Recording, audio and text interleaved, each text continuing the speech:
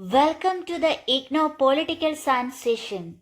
In this class, we are studying Political Theory Chapter 2 Democracy. We will go through each point from the textbook one by one. This is the second part of the chapter, so make sure you watch the first part before continuing with this session. Now it is about John Locke's second treatise on government.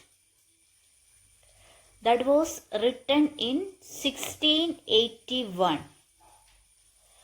John Locke wrote the two treatises of government, first and second, around 1679-1681 during the political struggle in England. That was known as exclusion crisis. Why it was known as exclusion crisis? Because that was a struggle over whether James, the Catholic brother of King Charles II, should be excluded from the throne. So here Locke's writings defended the right of the people to resist absolute monarchy. Here, this work is one of the most influential work in political philosophy. It laid the foundation for modern liberal democracy, social contract theory, and ideas of individual rights. So, this second treatise on government that was written during the exclusion crisis, because Locke writing defended the right of people to resist absolute monarchy. That was an exclusion crisis. So here he wrote this to defend the right of the people to resist absolute monarchy. He did not publish in them 1691 because it was politically dangerous to challenging an absolute monarchy. He went to into exile in Holland. So it was circulated secretly. That was written in 1681. So it became one of the most influential work in political philosophy, which laid the foundation of modern liberal democracy, social contract theory, and ideas of individual right. Now, important ideas in Locke's second treatise. First one, state of nature. That means humans are free and equal in the state of nature. That means humans are free and equal in the state of nature. All humans are free. No one is naturally the ruler of another. All are equal. Nobody has special right just by birth. That means rejecting monarchy by divine right. So all humans are free. No one is naturally the ruler of another. That is called a human are free and equal in state of nature. And they have natural right, life, right to survive and not to be killed unjustly. Life, liberty and property. Liberty, right to freedom, not to be enslaved. Property, right to own things by mixing labor with nature. So this is about state of nature. Humans are free equally in the state of nature. No one is naturally the ruler of another. Nobody has special right. Now, state of nature.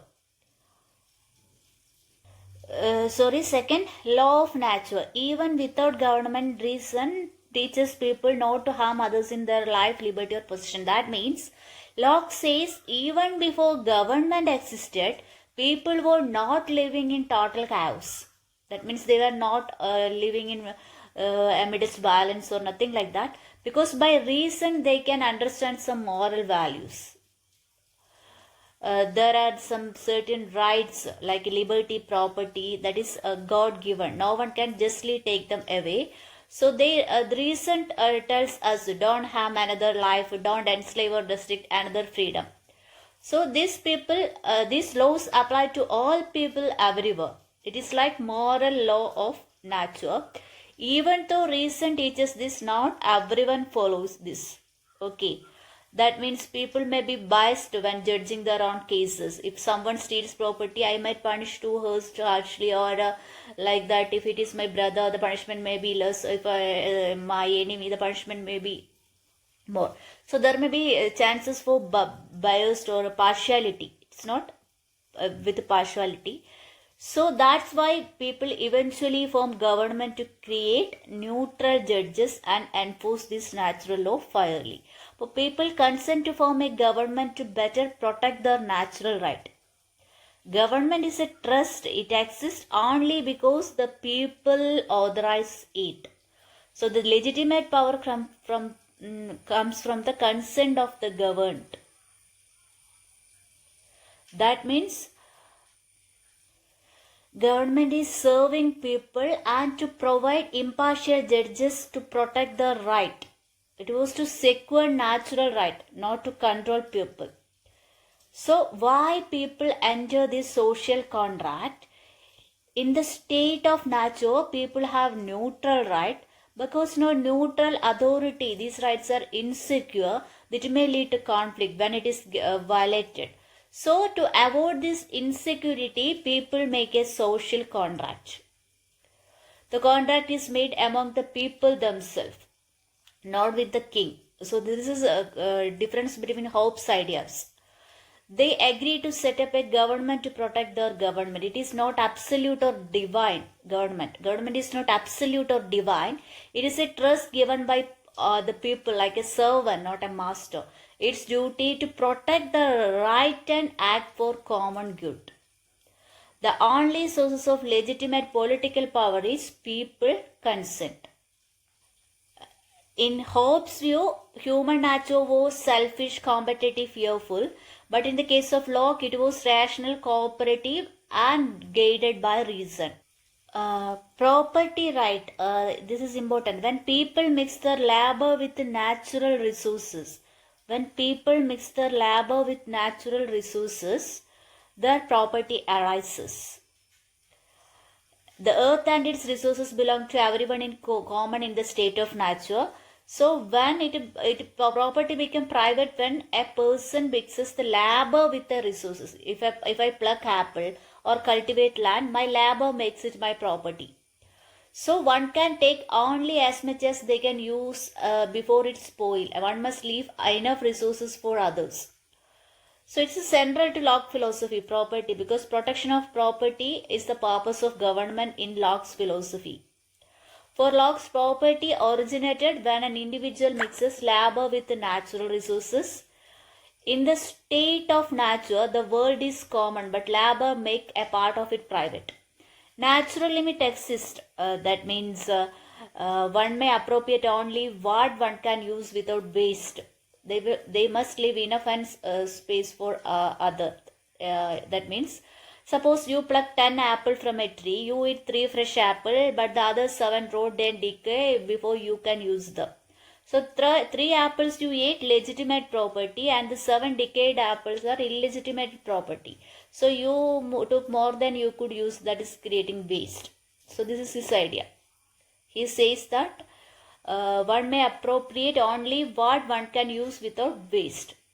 But the invention of money, which does not spoil. If you are keeping your money for 10 or 20 years, that will be with you without decaying. With the invention of money which does not spoil, it is not like fruit. Remove this natural limit and allow the accumulation of wealth. The invention of money lead to accumulation of wealth. This made economic inequality possible, but he considered it legitimate as long as it arose through voluntary exchange. So this is his ideas about property. Origin of property when labor mixed with the resources, and natural limit, one can take only as much as they can use, and role of money, the invention of money that lead to the accumulation of wealth. Now, separation of power. In the case of Locke, distinguish between legislative and executive power. Legislative power is supreme but must be governed by the law of nature of the common good. The legislature make laws. For Locke, this is the supreme power of the state.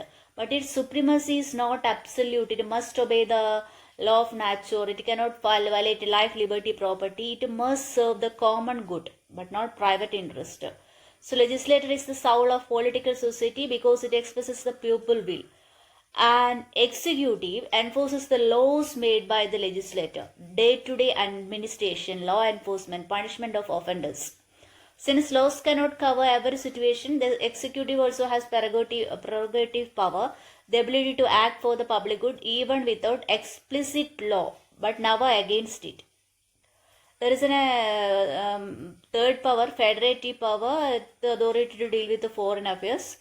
So, John Locke emphasized the separation of power to limit the government and secure liberty. He distinguished between the legislative and executive function. The legislative power is supreme, it is to make the laws and represent the will of the people.